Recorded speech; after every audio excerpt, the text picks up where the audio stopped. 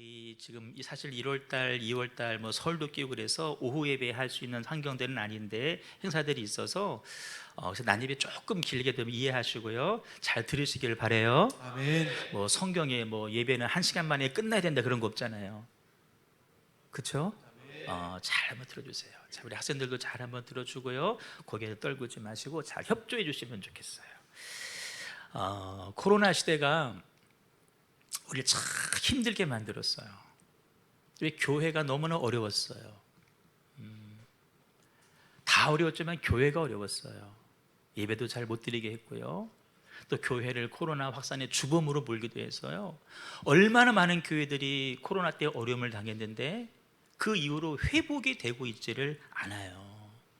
그리고 참 감사한 건 뭐냐면 코로나가 준 깨달음 하나가 있어요. 그게 뭐냐면 우리의 신앙이 본질적인 복음 위에 바로 서 있지 못하면 그 신앙은 언제 어디서라도 작은 위험 앞에서도 무너질 수밖에 없다라는 사실을 우리에게 알려줬어요. 정말 말씀드린 대로 많은 성도를 저희 교회도 마찬가지로 잃었어요.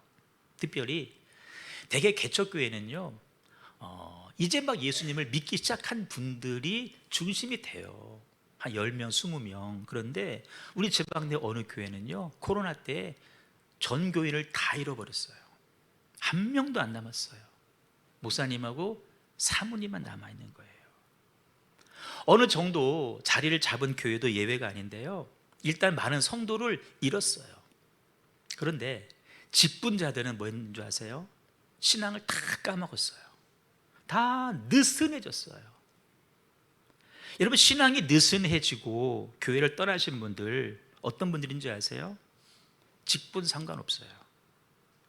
본질적인 복음 위에 바로 서 있지 못하신 분들이라고 하는 공통점이 있어요. 그러니까 여러분, 내가 아무리 목사라고 해도요, 아무리 뭐 집사, 권사라고 해도요, 내가 본질적인 복음 위에 지금 바로 서 있지 못하면 위기 앞에 속절없이 무너지고 만드는 거예요. 참 걱정이에요. 여러분, 코로나 때도 그런 일들이 생겼는데 나중에 우리 예수님 재림하실 때 이보다 더 큰 어려움, 핍박이 있을 터인데 그때 정말 신앙을 견딜 사람이 얼마나 있을까. 그래서 예수님께서 말씀하기를 인자가 올 때에 믿음을 보겠느냐 그랬어요. 믿음을 보고 싶은데, 믿음 있는 사람 찾기를 원하는데 다들 믿음을 다 까먹어서 믿음을 갖고 있지 않다는 거예요. 여러분, 별소리 다 해도 우리의 신앙 본질적인 복음 위에 서야 될 줄로 믿습니다. 아멘. 여러분, 다른데 힘쓸 때가 아니에요. 우리 신앙을 점검하시고 신앙의 본질 위에 내가 서 있고 자녀들의 믿음이 그렇게 세워지고 우리 교회의 믿음이 정말 복음 위에, 피 묻은 복음 위에, 강력한 복음 위에 서 있을 수 있기를 주님의 이름으로 축복합니다. 아멘. 우리가 지금요 교회 토양을 새롭게 하는 작업을 하고 있어요. 오늘도 그 작업을 좀 해보려고 하는데 저는 정말요 이 교회의 토양을 옥토로 만드는 이 작업에 우리 교회의 미래가 달려있다고 생각을 해요. 지금 이 시점에 우리가 우리 교회의 토양을 새롭게 하지 않으면요 앞으로 미래가 보장되지를 않아요. 이 자리에 아마 남아있지 않을 사람 많을 거예요. 우리 학생들, 자녀들 믿음 잃어버릴 가능성들이 너무나 많아요. 지금 교회의 토양을 새롭게 하지 않으면 우리가 과거에 범했던 실수, 제가 말씀드리고 있잖아요, 언제든지 얼마든지 반복할 수가 있다는 거예요. 저는 예배를 통해서도 말씀을 통하여서 이 작업을 계속할 것이고요, 병행해서 제가 마음먹은 게 있어요. 소위 말해서 멘토링 작업을 좀 하려고 해요. 멘토링이 뭔지 아세요? 멘토 들어보셨죠? 멘티 들어보셨죠? 가르치는 사람, 가르침을 받는 사람, 가르치는 행위, 목회적 가르침을 가르쳐서 멘토링이라고 이야기를 하는데요, 이런 사람이 대상일 거예요. 교회 리더예요. 교회 리더로 쓰임 받아야 될 사람이에요. 중요한 위치에 있는 분들인데 행여 그분들이, 이해하고 들으세요, 교회 안에 있어서 이 교회가 가지고 있는 토양, 우리 교회가 앞으로 만들어야 될 토양을 행여 오염시킬 가능성이 있다거나 혹은 지금 그러고 있다, 이것이 눈에 보이거나 예상이 되어지면, 제가 예전에는 안 했어요. 지금은 제가 부를 거예요. 불러서 그에게 소위 가르친 사역을 할 거예요. 사실 성도들은 별로 해당이 되지 않아요. 주로 직분이 있는 분들이 해당될 거예요. 마음이 아플 수 있어요, 그 가르침을 받으면. 근데 여러분, 그 가르침을 받고 수용한 사람은요, 성장하고 성숙하게 돼요. 그리고 그분들은 이 교회 안에서 리더로 쓰임받게 돼요. 당연히 하늘에서는 상급이 쌓이겠죠. 그런데 미안해요, 가르침을 받지 않으려고 하는 사람들이 더러 있어요. 그런 사람들은 그 가르침을 수용하지 못하는 거예요. 이 안에서 난리가 나는 거예요. 심하면 그런 분들은 어쩌면 교회를 떠날 가능성도 분명히 있어요. 네, 여러분, 제가 경험이에요. 그런 분들은요, 이 교회에 계속 남아 있어도 계속 문제를 일으킬 사람들이에요. 다른 사람에게 상처를 줘. 그 상처받은 사람 교회를 떠나게 만들어요. 다 떠나게 하고요, 마침내는 본인도 떠나게 돼요. 제가 경험했어요. 아, 작업이 필요하구나. 아프지만 이 일은 반드시 해야 되겠다. 제가 9시 예배 때도 말씀을 드렸어요. 이 일을 우리 교회에서 몇 사람이 저에게 받은 사람이 있어요. 그분들이 지금 교회 안에서요, 귀하게 쓰임받고 있어요. 어떤 분은, 목사님, 제게 해주실 말씀이 있으면 아무 때라도 제한하지 말고 다 말씀해 주세요 라고 하시는 분들이 있었어요.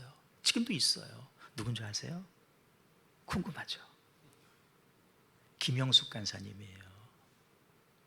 제가 이제 신중엽 전사님 우리 교회 사역했잖아요. 이제 언젠가는 우리 교회를 떠날 때가 오는 걸 알아요. 근데 그 다음 사람을 세워야 되는데, 제가 신학생들 전사를 많이 써봤지만 안 돼요.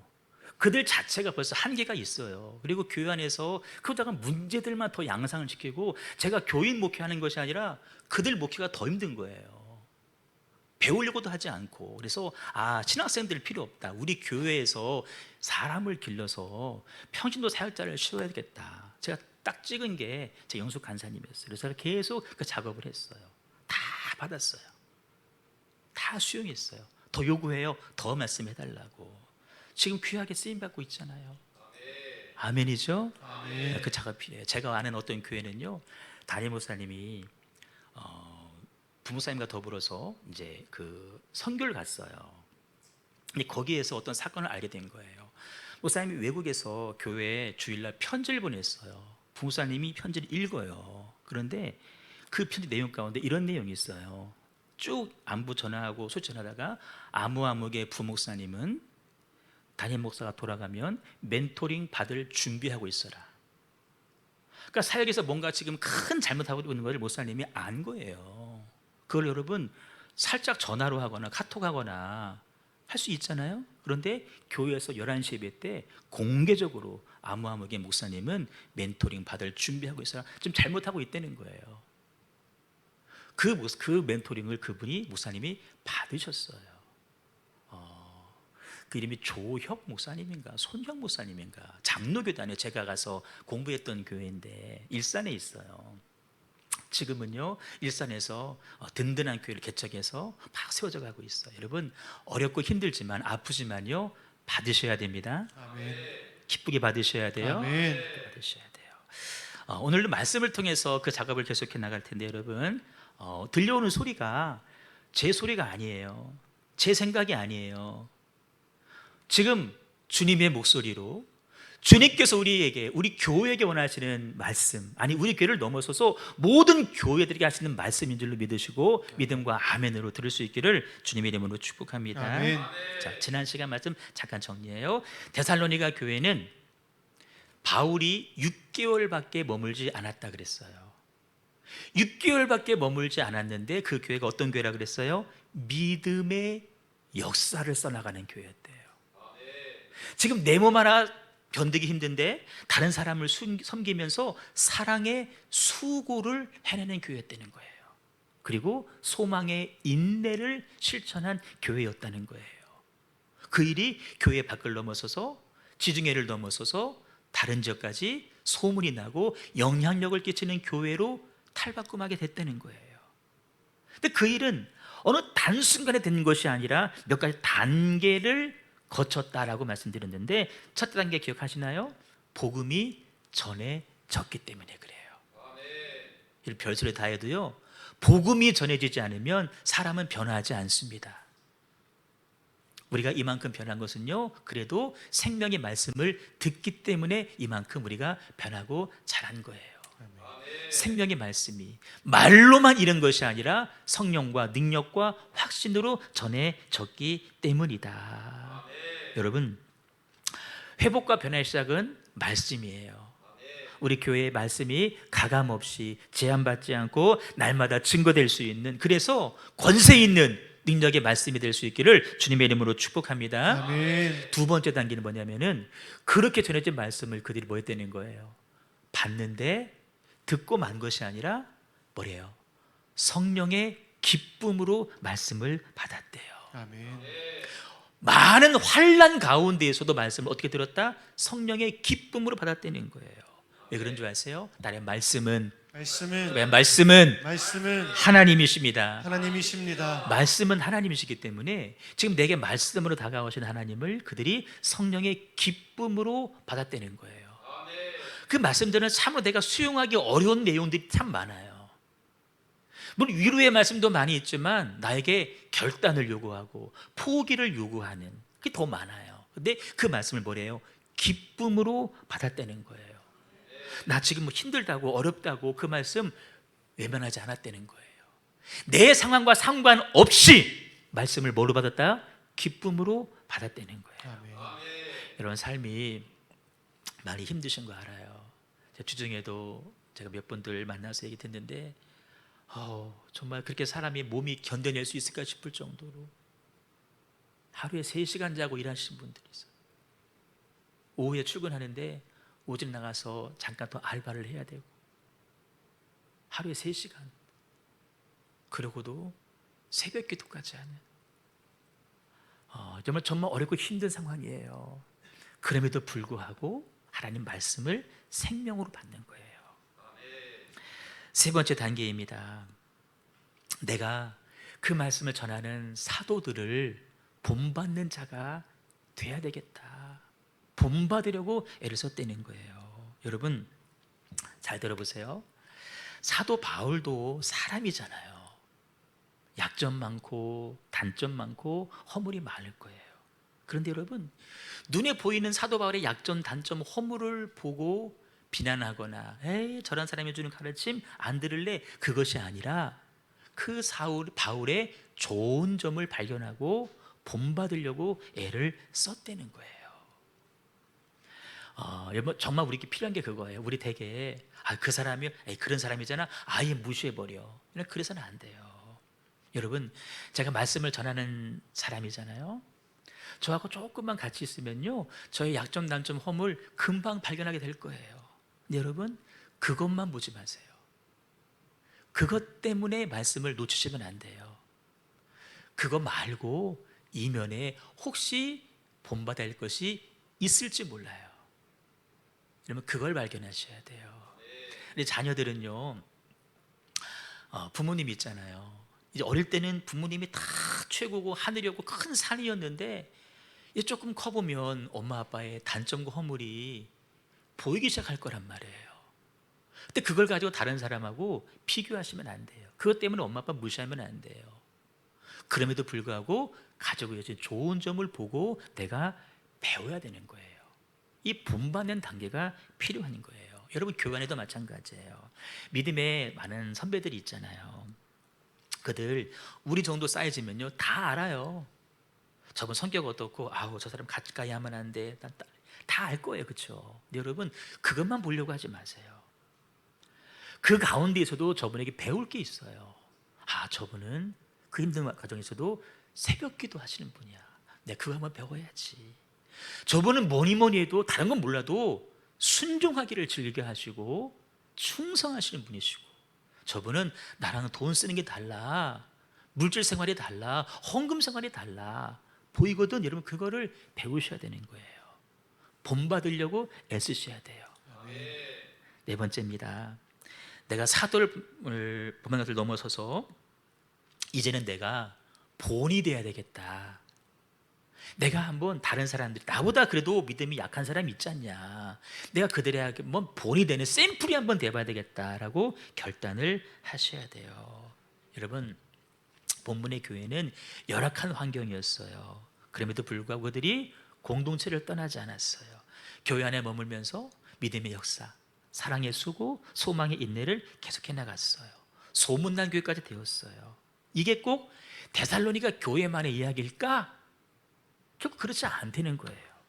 우리 형제 교회도요, 이런 과정과 단계를 밟아 나가면, 우리가 그러기를 힘쓸 때요, 우리는 전혀 새로운 성도가 되고 전혀 새로운 교회 공동체를 이뤄가서 잃어버린 영향력 회복하게 될 것이고, 아멘. 지역을 새롭게 하고 시대를 이끌어가는 그런 모델되는 교회로 쓰임받게 될 줄로 믿습니다. 아멘.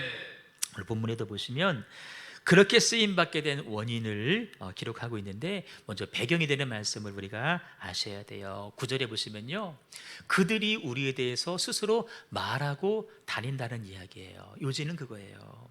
그럼 그들은 누구냐라고 할 때, 그들은 데살로니가 교인이 아니에요. 데살로니가라고 하는 도시에 살고 있는 믿지 않는 세상 사람, 이방 사람들이에요. 그 사람들이 다니면서 우리에 대해서, 우리는 누구냐면은 데살로니가 교인들이에요. 우리에 대해서 말해주고 있다는 거예요. 다니면서 칭찬하고 다닌다는 거예요. 좋은 소문을 내주고 있다는 거예요. 그 내용이 9절과 10절에 나오는데 이따 자세히 볼 거예요. 여러분, 이들의 신앙생활을 어떻게 했는지, 삶이 예수님을 영접하고 어떻게 바뀌었는지 누가 말하고 다닌다는 거예요? 믿지 않는 세상 사람들이. 여러분, 세상 사람들이 다니면서 교회를 칭찬하고 성도를 칭찬한다, 혹시 그런 말 들어보셨어요? 요즘에도 이런 교회 있을까요? 주로 들을 수 있는 거는 교회 흉보는 사람. 누구예요? 그 교회 다니는 사람. 자기가 속한 교회, 자기가 속한 교회 목사님, 자기가 속한 교회 다른 성도 흉보기에 정신이 없는데, 세상 사람들이 교회를, 성도를 칭찬하고 있다는 거예요. 이게 가능한 일일까요? 지난 2주간 제가 말씀 가운데 우리 교회 개척 초기 이야기를 살짝 말씀드리면서 때로는 가슴 아픈 저희 고백도 말씀을 드렸어요. 우리 교회가 여러분 구성전이 있을, 상가에 있을 때 사실 이렇게 칭찬받는 교회로 나름대로 소문이 났었던 그런 교회였다는 사실이에요. 오늘 한 가지 또 소개해 주고 싶은데요, 초등학교 앞에 있었어요. 초등학교 앞에 있다 보니까 주로 상대하는 아이들이 초등학교 아이들이에요. 근데 아이들이 보통 학교 끝나면 학원을 막 2개, 3개 막 돌아요. 근데 학원 버스가 오기 전에 시간이 비잖아요. 위험해요. 또 비가 오면 피할 데가 없잖아요. 그 앞에 조그마한 이게 영접실 카페가 있었는데 다 거기로 초대하는 거예요. 주로 집사람이 얘들을 다 모아요. 와서 쓰다듬어 주고 예쁘다 예쁘다 좋은 얘기만 해주는 거예요. 그랬더니 여러분 애들이 좋아하는 거예요. 전교생들이요, 우리를 모르는 사람이 없었어요. 길 가면 다 인사해요. 그 아들이 지금 많이 컸잖아요. 지금도 지나가다 보면은 인사해요. 누구냐 그러면 그때 그 학교 학생이었다는 거예요. 그 아이들이 집에 가서요, 자기 엄마들한테 엄마 학교 앞에 이런 교회 사모님 목사님 막 얘기만 하는 거예요.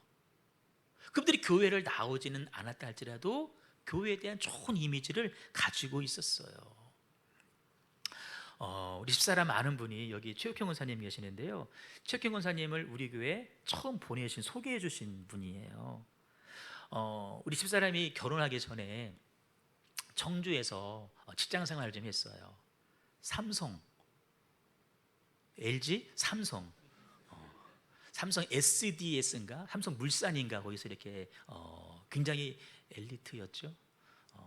삼성이 돈이 많잖아요. 그래서 칠사제라 그래가지고 7시 출근하고요 4시에 퇴근하는 일이 있었어요. 돈이 많으니까 맨날 회식하는 거 4시에 퇴근해가지고 그게 싫어가지고 삼성을 집어 던진 사람이에요. 내가 지금도 가끔 얘기하죠. 아이고 그때 회사에서 그 오빠 만나서 결혼했으면 편하게 살 텐데 그냥 나 만나가지고 고생한다고. 그래서 너무 싫었대요 회사는 게. 근데 그때 청년 때 새벽 기도를 다니는 거예요. 근데 그때 새벽 기도를 같이 했던 분이 권사님 그 향미 언니잖아요. 우리 사람이 유일하게 전화로 반말하는 사람이에요. 야 은경아 은경아 반말하는 친구인데 그분이 그러니 전화로 야 은경아 니네 교회 소문났다? 우리 교회 소문났다는 거예요. 1년 2년 밖에 안 된 교회인데 연구했더니 우리 교회 근처에 복대교회 집사님들이 계셨던 것 같아요. 그분들이 자기 교회 가서 우리 교회 집 앞에 있는 교회를 얘기를 한 거예요. 그 이야기를 그 집사님이 듣고 우리 집사람에게 알려준 거예요. 근데 문제는 그런 칭찬이 지금까지 이어지면 좋겠는데 그 이후로는 그런 칭찬이 들려오지 않다는 거예요. 부끄러운 얘기잖아요. 왜 그럴까요? 답 이미 말씀드렸어요. 우리가 본질에서 벗어나 있어서 비본질에 매여 있었기 때문에 그래요. 중요한 질문해야 되죠. 우리가 본질로 돌아가야 되겠는데 본질에 집중해야 되겠는데 그럼 본질이 뭐냐라는 거예요. 여러분 신앙의 본질이 뭘까요? 본문에 잘 나와 있어요. 이해를 돕기 위해서 우리 표준 3번이요 쉬운 성경을 한번 크게 한번 읽어보겠어요. 시작. 그들은 우리를 두고 이야기합니다. 우리가 여러분을 찾아갔을 때에 여러분이 우리를 어떻게 영접했는지, 어떻게 해서 여러분이 우상을 버리고 하나님께로 돌아와서 살아계시고 참되신 하나님을 섬기며 또 하나님께서 죽은 사람들 가운데서 살리신 그 아들 곧 장차 내릴 진노에서 우리를 건져주실 예수께서 하늘로부터 오시기를 기다리는 그들은 말합니다. 아멘. 여기 보면 3가지를 말하고 다닌다는 거예요. 첫째는 뭐냐면 바울 일행이 데살로니가 갔을 때에 그들이 어떻게 바울을 영접했는지, 이거는 사람을 영접해서 뭐 좋은 방 잡아줬다 그런 얘기가 아니에요. 바울이 전한 복음을 그들이 어떻게 들었는지를 말하고 다닌다는 거예요. 누가? 믿지 않는 사람들이. 또 한 가지는 어떻게 우상을 버리고 하나님 앞에 돌아와서 하나님을 섬기는지를 그들이 말하고 다닌다는 거예요. 봤더니 맨 우상을 숭배했던 사람들인데 우상을 버리고 하나님을 섬기고 있네. 그들이 말하고 다닌다는 거예요. 3번째, 장차 다시 오실 예수님, 우리를 진노에서 건지실 예수님을 어떻게 소망 가운데 인내하며 기다리면서 오늘을 사는지를 그들이 전하고 있다는 거예요. 어떻게 영접했는지 우리 지난주에 배웠어요. 어려운 형편 상황 가운데에서도 성령의 기쁨으로 말씀을 받았어요. 그 나머지 2번째, 3번째가 신앙의 본질이라고 말할 수 있는데 하나는 기억나시죠? 우상에서 벗어나서 우상을 버리고 하나님을 섬기는 게 첫 번째 신앙의 본질입니다. 우상을 버리고 하나님을 섬기는 거예요. 또 하나는 다시 오실 예수님을 소망 가운데 인내하며 기다리는 것이 신앙의 본질이에요. 지난주 그랬잖아요.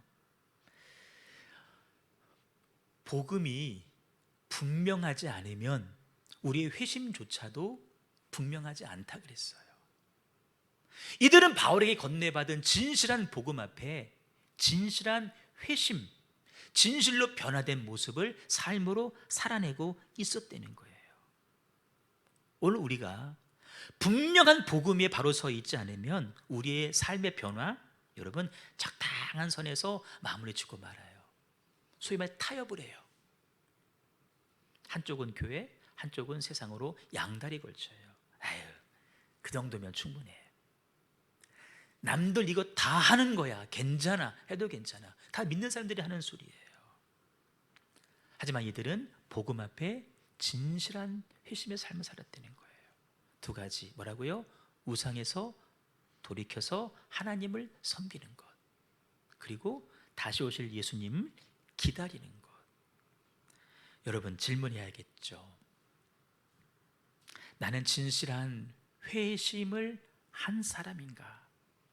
라고 한번 질문해 보세요. 나는 진짜 회심했다, 나는 완전 새로워졌다 라고 자신 있게 말할 사람이 있어요? 계진이 가능해요? 나는 완전 회심한 사람이에요? 계진이 알바에서 꼬박꼬박 11조 보내잖아. 온라인 통장으로 6만 8천 원. 알바 쭉 해가지고 68만 원 벌어가지고 11조. 이 정도면 회심한 거 아니야, 그치? 아직 멀었어? 나는 진짜 회심한 사람이다. 우리 대부분 사람이 자신이 없을 거예요. 하나님께 돌아갔다고 생각을 했는데 내가 나를 알잖아요. 여전히 속에 속물 근성이 남아있잖아요. 더럽고 추한 게 남아있잖아요. 여러분, 왜 우리는 진실한 복음을 이렇게 들으면서도 진실한 회심을 하지 못할까요? 이유는 이거예요. 우리가 다 아는 거예요. 어디로 돌아갈지는 알아요. 어디로 돌아가야 돼요? 하나님께로 돌아가야 돼요. 그런데 내가 무엇으로부터 돌아설 것인가? 이게 다들 애매모호해서 그런 거예요. 여러분, 하나님에게 돌아가기 위해서 내가 돌아서야 할 것, 하나님을 붙잡기 위해서 내가 놓고 버려야 될 것, 하지만 여전히 붙잡고 있는 것, 여전히 돌아서지 못하고 있는 그것, 그걸 뭐라 그러냐면은 우상이라고 이야기를 해요. 하나님 외에 내 삶에 의미를 주고 있는 것, 그게 우상이에요. 하나님 외에 내 삶을 움직이게 만드는 것, 끌고 가는 것, 이것이 바로 우상이에요. 하나님 외에 내 생각을 지배하고 우리의 시선을 빼앗음으로 인해서 내 인생 전체를 끌고 가는 것이 우상이에요. 아까 찬양했잖아요. 모든 시선을 주님께 드리고 그랬잖아요. 근데 살다 보면은 시선이 주님 가 있지 않아. 다 내가 원하는 것에 가 있어. 그게 우상이라는 거예요. 그 우상에서 돌아서야 된다. 목적지는 알잖아요. 유턴의 장소, 그걸 알으셔야 돼요. 근데 말처럼 쉬운 건 아니죠. 왜냐하면 과거의 우상은 눈에 보였거든요. 봤더니 여기 명태가 걸려있네, 부적이 붙어있네, 떼어내면 돼. 지금은요, 보이지 않아요. 손에 잡히지 않아요. 지금 여러분의 삶을 끌고 가는 우상은 무엇일까요? 보이지 않는 거라 그랬어요. 돈, 명예, 성공, 이성. 살아가는데 돈이 필요하잖아요. 그래서 열심히 일해서 벌잖아요. 하지만 그것이 우상이 되게 해서는 안 돼요. 돈을 버는 것과 돈이 우상되는 것은 여러분 차원이 다른 거예요. 예수님 말씀하시기를요, 한 사람이 두 주인을 섬길 수가 없다 그랬어요. 돈과 재물을, 돈과 하나님을 겸하여 섬기지 못한다 그랬어요. 여러분, 섬긴다 그랬어요. 여러분, 돈을 섬긴대요. 돈을 주인이라고 얘기했어요. 섬긴다 그랬어요. 예수님 벌써 아는 거예요. 우리가 돈을 하나님의 자리로 올려놓고 그 앞에 엎드려 절한다는 거예요. 섬기고 있다는 거예요. 그게 뭐예요? 우상이죠. 신앙은 우상을 버리고 하나님께로 돌아오는 거예요. 돈이 우상되지 않기 위해서 하나님께서는 우리에게 훈련의 방법을 주셨어요. 그게 뭐냐면 11조예요. 11조요. 내가 열의 하나를 구분할 수 있다. 모든 물질의 주인은 하나님이시다. 하나님께서 공급하신다. 내가 앞으로 돈의 노예가 되지 않겠습니다 라고 훈련하는 거예요. 여러분, 어려서부터 그 훈련을 받으신 분들은 이대로 살아갑니다. 자녀들에게 여러분 그 훈련 시키셔야 돼요. 훈련 시키셔야 돼요. 사실 저희 집에서는 저보다 우리 집사람이 해도 훈련을 되게 강하게 시켜요. 엄하게 시켜요.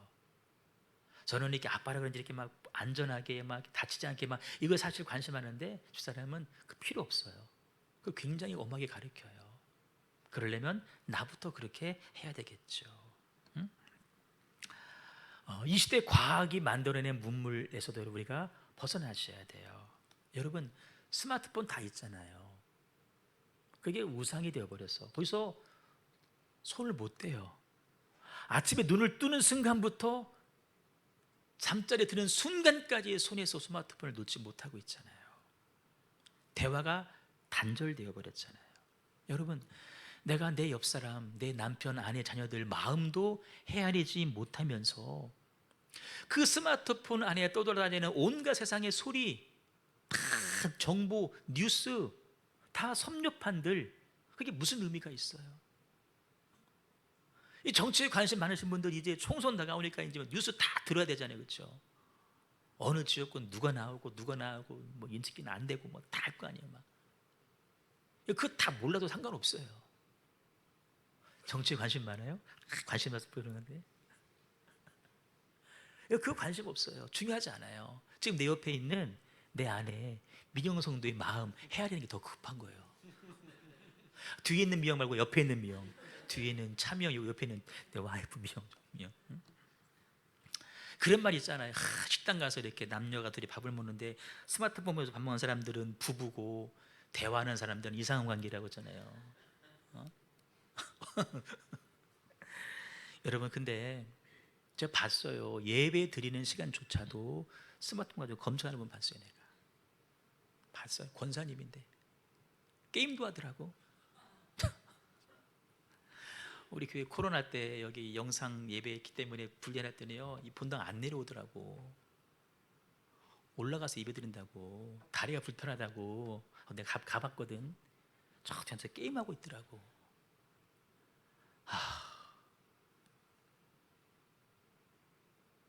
큰일이죠. 큰일이잖아요.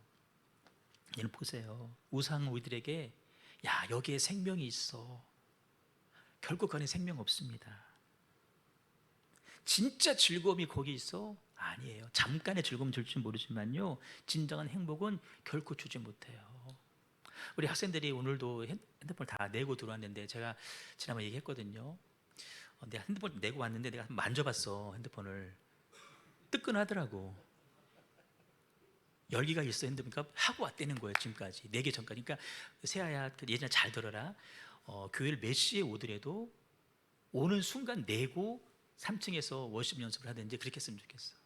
진규 태교 다 마찬가지고 찬이도 마찬가지고. 위에서 11시에 내려오기 전에 1시간 반 동안 이거 하고 있다가 놓고 내려오면 여기가 벌써 이미 뺏겨 있어요. 도파민이 안 나오기 때문에 집중이 안 되는 거예요. 그러니까 교회에 들어오는 순간 내고 들어오기, 아니면 아예 집에다가 놓고 오기. 아멘 해야지, 그치? 아멘이지? 예진이 아멘 했어요. 이렇게 세아도 아멘 했어요. 저기 남자친구들 고개로 들고, 이 눈 찔러가 이렇게 한 거지? 종원 그렇게 해야 되는 거예요. 얘들 알았지? 결코 스마트폰이 우리 주인 될 수가 없어요. 근데 여러분, 그런 것들은 우리를 속여서 영적인 세계를 외면하게 만들고요, 결과적으로 그 영혼이 천국에서 멀어지게 만드는 것들 뿐이에요. 여러분, 근데 보세요. 이런 이야기 저에게 처음 들은 이야기 아닐 거예요. 근데 우리가 그 욕망을, 야망을 포기하지 못해요. 왜 포기 못하는지 아세요? 그게 거대한 욕망이라서 포기 못할까요? 아니에요. 도리어 사소한 욕망이라서 포기가 안 돼요. 우리 이미 거대한 욕망이라면 이미 다 포기했어요. 고사님 어릴 적에 꿈이 뭐였어요? 대통령이었죠? 그거 포기했죠? 이번 출마할 거예요, 다음에? 거대한 욕망 다 포기했어. 근데 사소한 욕망이라 그거 포기 못하는 거예요. 아주 일상적인 일이기 때문에 도리어 더 포기를 못하는 거예요. 여러분, 사단은 그 사소한 것에서부터 우리 마음을 조금씩 허물어뜨려 가요. 그것들이 막 쌓이죠. 나중에는, 결국에는 하나님께로 돌아서지 못하게 만들어요. 그 사소한 거. 그 갑자기 기억나는데, 하늘의 왕자 독수리가 막 날아가다가 먹이를 발견했어요. 팍 내려가지고 딱 물었네. 근데 이 녀석이 쪽제비였어요. 쪽제비가 어떻게 인 줄 아세요? 독수리의 목을 딱 물은 거예요. 족제비가 자기 죽어가는 줄 아니까 독수리 목을 물은 거예요. 독수리가 어떻게 해야 돼요? 잡은 거 놓으면 되잖아. 버리면 되잖아. 근데 독수리가 그걸 못 놔. 못 놓는 사이에 쪽제비가 독수리의 목을 계속 깨물고 있어가지고 나중에 독수리까지 죽게 되는 거예요. 사소한 거 버리면 내가 살아요. 근데 버리지 못해서 나도 죽는 거예요. 우리의 회심이 불완전한 이유, 내가 무엇에서부터 돌아설 것인가를 분명하게 알지 못하기 때문에 그래요. 희미하기 때문에 그래요. 아마 그런 것들이 우리 삶 가운데 내 몸에 여기저기 몇 개씩은 다 붙어 있을 거예요. 그렇죠? 버리지 못하는 게 뭐가 있을까요? 뭐가 있을까요? 친목회, 동호회, 향후회, 종친회, 갖가지 모임. 우리 홍지사님 되게 좋아하네. 이렇게 좋아한다. 목사님 더 세게 또 뭐가 있어? 그걸 버리셔야 돼. 그걸 버리셔야 되는 거예요. 여러 개가 붙어 있잖아요. 우리가 버리지 못해서 하나님께 가까이 가는데 방해되는 우상 버리셔야 돼요. 그 별거 아니라고 생각해도요, 여러분, 그걸 붙잡고 있는 한 우리는 하나님께 온전히 돌아갈 수가 없어요. 근데 이 일이 그냥 말처럼 쉽지는 않아요. 그래서 필요한 게 뭐예요? 결단이 필요해요. 따라요, 결단. 나 더 이상 세상에 속한 것들이 나를 지배하지 못하게 하겠다라고 결단하셔야 돼요. 결단하셔야. 이제부터는 하나님만이 내 주인 되시도록 나는 내 마음을 하나님께로만 내어 드리겠습니다. 아멘. 창현 선도님 결단하셨잖아요. 그 결단 끝까지 유지하셔야 하는 거예요. 끝까지 유지하셔야 돼요. 우리가 하나님 앞에서 이렇게 진지하게 결단하지 않으면요, 여러분, 미안해요, 죽은 우상과 살아계신 하나님 사이를 왔다리 갔다리 하다가 인생 망쳐요. 다 허비예요. 지금은 예배드리는 시간이니까 하나님께 좀 가까이 왔는 시간이에요. 나가면 또 반대로 또 왔다리 갔다리 하다가 시간 다 보내요. 그럴 수 없어요. 한편에 다 서 있어야 돼요. 결단하셔야 돼요. 우상에서 벗어나서 하나님께로 돌아가겠습니다. 아멘. 자, 두 번째, 그들이 소문낸 게 있어요. 재림하실 예수님을 소망 가운데 기다리며 살고 있는 그 모습을 다니면서 소문내주고 있는 거예요. 지금 삶이 어렵고 힘들어요. 예수 포기하지 않으면 심하면 죽음까지도, 경제 위기 다 막혀요. 하지만 그들은 끝끝내 다시 오실 예수님 앞에 섰을 때에 부끄럼 없이 쓰려고 결단하고 있는 거예요. 그 주님이 기다리고 있는 거예요. 여러분, 예수님이 다시 재림하신다라는 사실을 우리 중에 모르는 분 계시나요? 나는 예수님 재림한다 인정이 안 되는 사람 있나요? 다 알죠. 다 믿잖아요. 근데 내가 삶 가운데 정말 그 사실을 간절히 소망하며 사는 사람들이 얼마나 될까요? 그냥 오기는 오는데 나 때는 아닌 것 같아. 그런 마음인가요? 나의 대에 우리 예수님 오시기를 간절하게 소망하면서 오늘 사는 모습이 여러분 내 삶을 지켜줘요. 그게 믿지 않은 사람들이 바라볼 때도 야, 저 사람 진짜 믿음의 사람이구나. 우리 믿음의 선배들은 다 이 신앙으로 그 힘든 삶을 견뎌낼 수 있었어요. 본문을 묵상하면서 중요한 단어를 발견하게 되는데요, 너희가라고 하는 단어가 반복해서 나온다는 거예요. 복수예요. 집합적인 단어예요. 너희가 우상을 버렸다. 너희가 하나님을 섬기며 기다리고 있다. 여러분, 바울이 복음을 전했을 때에 그들이 집단으로 회심해서 다 죽게 돌아왔던 얘기일까요? 물론 그럴 수도 있지만 여러분, 대부분의 회심은 각자 개인이 하는 겁니다. 내가 회심하는 거예요. 똑같은 말씀을 듣지만 내 남편은 회심 안 할 수 있지만 나는 회심할 수가 있어. 회심은 개인적인 차원에서 이루어지는 일들이에요. 그런데 바울은 너희가란 말을 쓰고 있어요. 왜 그럴까요? 중요한 비밀이 있는데요, 우리의 회심이 불분명하고 죽게 돌아가 섬기고 다시 오실 주님을 기다리지 못하는 이유가 뭐냐면 이 모든 일들을, 회심도 내 삶의 변화도 다 개인적인 차원에서 이루어 가려고 하기 때문에 그 일이 어려워요. 다시 말해서 여러분, 살다 보면, 신앙생활 하다 보면은 신앙생활을 지키기가 어려울 때가 있어요. 그 문제를 나 혼자 해결하려고 하니까 넘어진다는 거예요.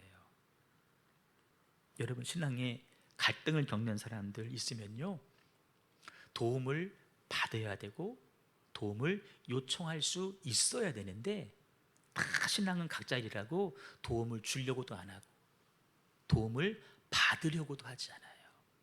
그래서 중간에 넘어지고 포기하고 마는데, 이들은 그렇게 하지 않았다는 거예요. 함께 격려하고 함께 지탱해주고 함께 도움을 주고 도움을 받으면서 그 힘겨운 시대를 지나갔다는 거예요. 여러분, 목사도요, 혼자라면 못해요.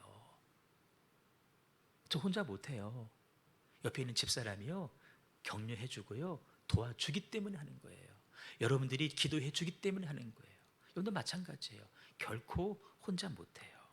내가 신앙의 연수가 아무리 길고 아무리 신앙의 이력이 화려하다 하더라도요, 시험이 다 와요.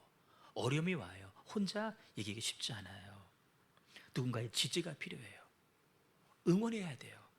격려해줘야 돼요. 기도를 받으셔야 돼요. 여러분, 그들은 공동체 안에서 그렇게 신앙생활을 해나갔어요.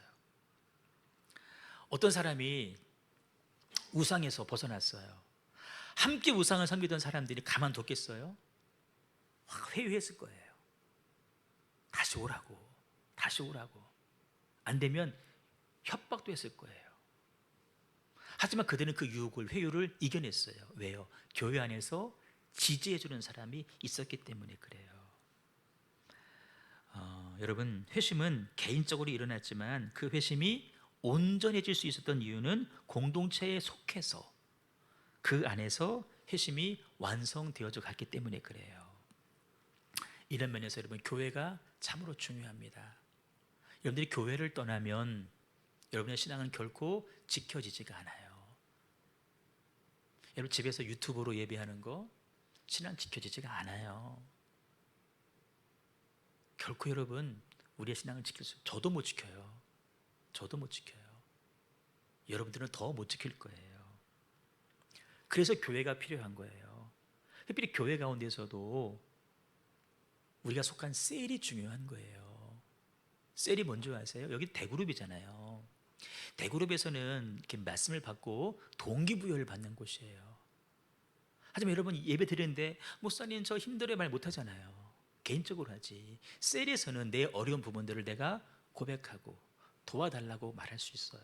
그리고 거기서 함께 격려하고 위로하고 기도해 줄 수가 있어서 그 사람을 세워갈 수 있는 거예요. 신앙이 어려울 때, 힘겨울 때 그를 지켜주는 곳이 바로 셀이라는 거예요. 그래서 여러분, 교회가 중요한데 이들은 그 교회 안에서 그렇게 신앙생활을 해 나갔다는 것입니다. 말씀을 정리합니다. 본질 위에 바로 섰으면 좋겠습니다. 본질을 받아들여서 회심하시고 우상을 벗어버리시고 하나님께 돌아가십시오. 다시 오실 예수님을 소망으로 기다리십시오. 여러분, 그 과정이 말처럼 쉽지가 않아요. 어려워요. 위기 있어요. 시험 있어요. 유혹도 있어요. 그래서 힘들 때 여러분, 혼자 고민하다가 넘어지지 마시고 도움을 요청하세요. 셀에서는 그런 분들이 보이거든 얼른 발견하셔서 도와주세요. 아멘. 아멘. 그래야 교회가 살아가지고 교회의 토양이 좋아지는 거예요. 우리 교회, 그런 교회 위로 갈 수 있기를 주님의 이름으로 축복합니다. 아멘. 자, 우리 오늘 말씀 요주인데 선포 한번 같이 할까요? 시작. 기쁨으로 말씀을 받은 형제가족은 우상을 버리고 살아계신 하나님께 돌아와 하나님만 섬기며 소망 가운데 다시 오실 주님을 기다리겠습니다. 아멘. 그 이대로 실천하시기를 바랍니다. 우리 찬양하겠습니다. 환난과 가난과 고난 가운데에도 성도는 그 믿음을 지켜가야 됩니다. 본질 위에 바로 서야 되고 교회 안에 속해서 격려, 사랑, 칭찬받으면서 일해 나가야 됩니다. 우리 교회가 여러분 이런 토양 만들어 가셔야 돼요. 이거 깨시면 안 돼요. 깨려고 하면 안 돼요. 제가 가만 안 둘 거예요, 여러분들. 이렇게 하셔야 됩니다. 자, 우리 믿음으로 찬양하겠습니다. 가난과 고난 수고로움 속에도 손보는 그 믿음을 지켰네. 주를 섬기는 일에 자신을 다 드리며 진리의 말씀과 성령으로 그 길을 걸었네. 그리스도 안에서 새롭게 하시고 그리스도로 인하여 자유케 되었네. 우리는 무명하나 유명한 자요 죽음의 위기 속에도 참 생명 가졌고 근심 하나 기뻐하며 가난하다는 일 부욕해 하는 자로다. 다시 한번 환난과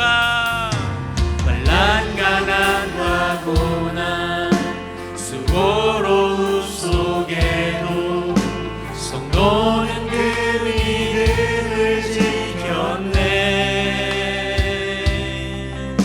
주를 섬기는 일에 자신을 다 드리며 진리의 말씀과 성령으로 그 길을 걸었네. 그리스도 안에서 새롭게 하시고 그리스도로 인하여 자유케 되었네. 우리는 무명하나 유명한 자요 죽음의 위기 속에도 참 생명 가졌고 근심 하나 기뻐하며 가난하다는 일 부욕해 하는 자.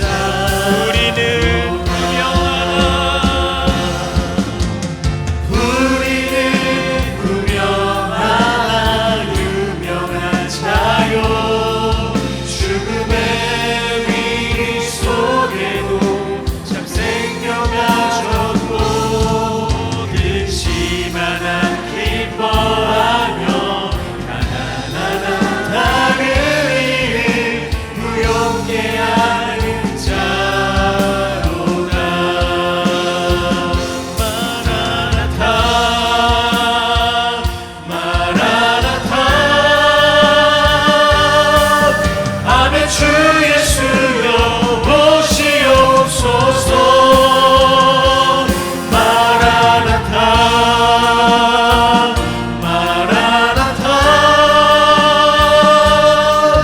아멘. 주 예수여 오시옵소서. 우리 주님 다시 오실 우리 주님 다시 오실 길을 만들자. 십자가를 들고 땅 끝까지 우린 가리라. 우리 주님 하늘 영광 온 땅 덮을 때 우리 땅 끝에서 주를 맞으리. 마라나타 마라나타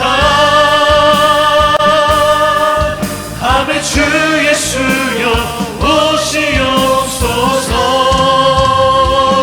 마라나타 마라나타 아멘. 주 예수여 우리 마지막으로 오시옵소서. 마라나타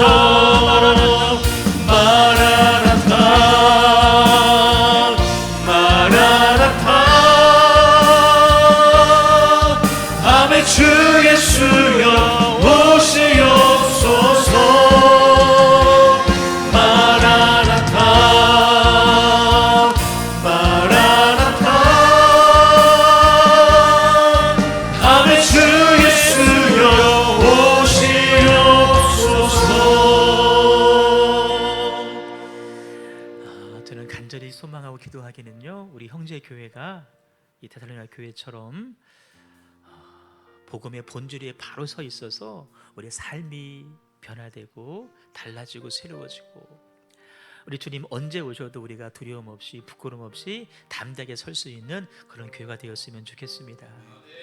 여러분, 어렵고 힘들지만 이 일에 물론 동참해 주시기를 부탁을 드려요. 마음의 소망으로 비전으로 품으시고요, 정말 소중한 이 교회 공동체 우리가 토양을 한번 잘 만들어서 나부터 새로워지고 여기 오는 모든 사람들이 다 새로워지는 그런 은혜가 있었으면 좋겠습니다. 아멘. 하나님, 그런 교회 우리가 꼭 이뤄갈 수 있도록 인도하여 주시옵소서. 아멘. 우리 말씀 붙잡고 합심하여서 간절하고 애절하게 한 2분간만 기도하겠습니다. 주여